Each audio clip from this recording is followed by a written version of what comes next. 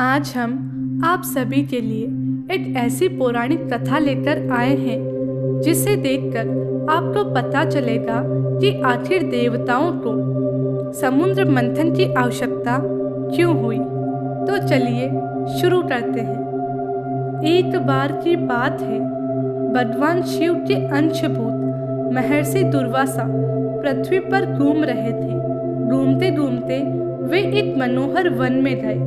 वहाँ एक विद्याधर सुंदरी हाथ में पारिजात पुष्पों की माला लिए खड़ी थी।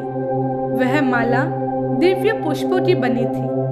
उसकी दिव्य गंध से समस्त वन प्रांत सुवासित हो रहा था। दुर्वासा ने विद्याधरी से वह मनोहर माला मांगी।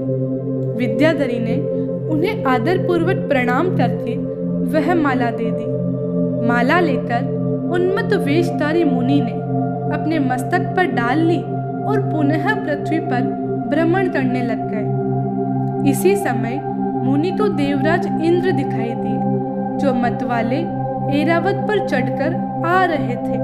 उनके साथ बहुत से देवता भी थे। मुनि ने अपने मस्तक पर पड़ी माला उतार कर हाथ में ले ली। उस माला के ऊपर बहुत सारे भंवरे गुंजार कर रहे थे।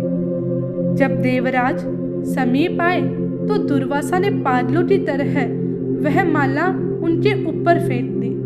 देवराज ने उसे ऐरावत के मस्तक पर डाल दिया। ऐरावत ने उसकी तीव्र गंध से आकर्षित हो सूंड से माला उतार ली और सूंघ कर पृथ्वी पर फेंक दी। यह देख दुर्वासा क्रोध से जल उठे और देवराज इंद्र से बोले, अरे ओ इंद्र, ऐश्वर्य के घमंड से तेरा हृदय दूषित हो गया है। तुझ पर जड़ता छा रही है। तभी तो मेरी दी हुई माला का तूने आदर तक नहीं किया।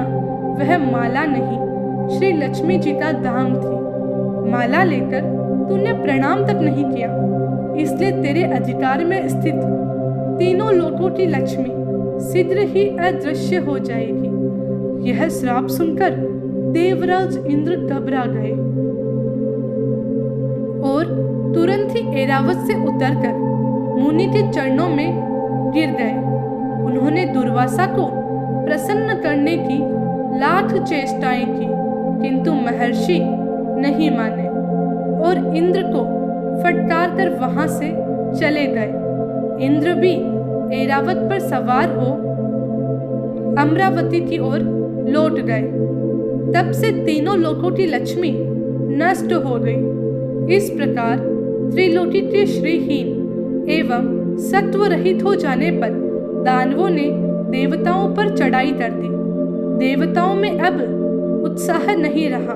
उन सभी देवताओं ने उन सभी दैत्यों से हार मान ली।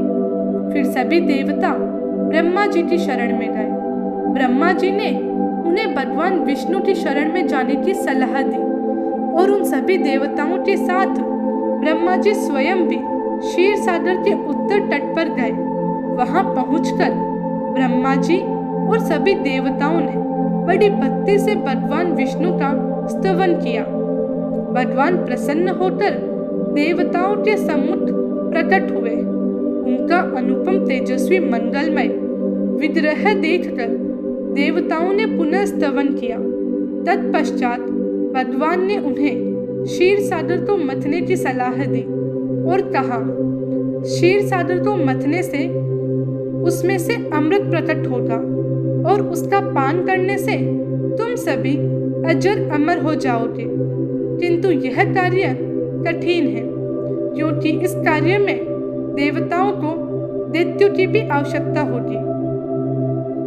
भगवान की आज्ञा पाकर सभी देवगण दैत्यों से संधि करके अमृत प्राप्ति के लिए प्रयास करने लगे। वे भांति भांति की औषधियां लाए और उन्हें क्षीर सागर में छोड़ दिया। फिर मंद्रांचल पर्वत को मथानी और वासुकी नागराज को रस्सी बनाकर बड़े वेग से समुद्र मंथन का कार्य आरंभ किया। भगवान ने वासुकी की पूंछ की ओर देवताओं को और मुख की ओर दैत्यों को लगाया। मंथन करते समय वासुकी की श्वास से झुलसकर सभी दैत्य निस्तेज हो गए और उसी श्वास से विक्षिप्त होकर बादल वासुकी की पूंछ की ओर बरसने लगे, जिससे देवताओं की शक्ति बढ़ती गई। भक्त वत्सल भगवान विष्णु स्वयं कच्छप रूप धारण कर क्षीर सागर में घूमते हुए मंदरांचल के आधार बने हुए थे। वे ही एक रूप से देवताओं में और एक रूप से दैत्यों में मिलकर नागराज को खींचने में भी सहायता देते थे, तथा एक अन्य विशाल रूप से जो देवताओं और दैत्यों को दिखाई नहीं देता था, उन्होंने मंदराचल को ऊपर से दबा रखा था। इसके साथ ही वे नागराज वासुकी में भी बल का संचार करते थे और सभी देवताओं की भी शक्ति बढ़ाते थे।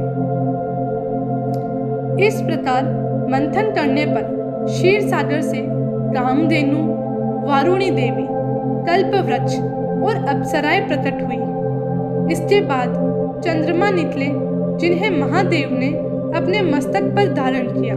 फिर विष प्रकट हुआ, जिसे भी महादेव जी ने सहर्ष स्वीकार किया। तदअंतर अमृत का कलश हाथ में लिए धन्वंतरि का उद्भव हुआ। इससे देवताओं और दानवों को बड़ी प्रसन्नता हुई। सबके अंत में क्षीर समुद्र से भगवती लक्ष्मी देवी प्रकट हुई। वे खिले हुए कमल के आसन पर विराजमान थी। उनके अंगों की दिव्य कांति सब और प्रकाशित हो रही थी। उनके हाथ में कमल शोभा पा रहे थे। उनका दर्शन कर देवता और महर्षिगण प्रसन्न हो गए और सभी ने वैदिक श्री सूक्त का पाठ करके लक्ष्मी देवी का स्तवन करके दिव्य वस्त्र आभूषण अर्पित किए। वे उन दिव्य वस्त्र आभूषणों से विभूषित होकर सबके देखते देखते अपने सनातन स्वामी श्री विष्णु भगवान के वक्ष स्थल में चली गई। भगवान को लक्ष्मी जी के साथ देखकर सभी देवता प्रसन्न हो गए। दैत्यों को बड़ी निराशा हुई। उन्होंने धन्वंतरि के हाथ से अमृत का कलश छीन लिया, किंतु भगवान ने मोहिनी स्त्री के रूप में उन्हें अपनी माया द्वारा मोहित करके सारा अमृत देवताओं को पिला दिया। तदअंतर इंद्र ने बड़ी विनय और भक्ति के साथ श्री लक्ष्मी जी ने देवताओं को मनोवांछित वरदान दिया। अगर आपको ये कहानी पसंद आई हो तो लाइक, सब्सक्राइब और शेयर करें।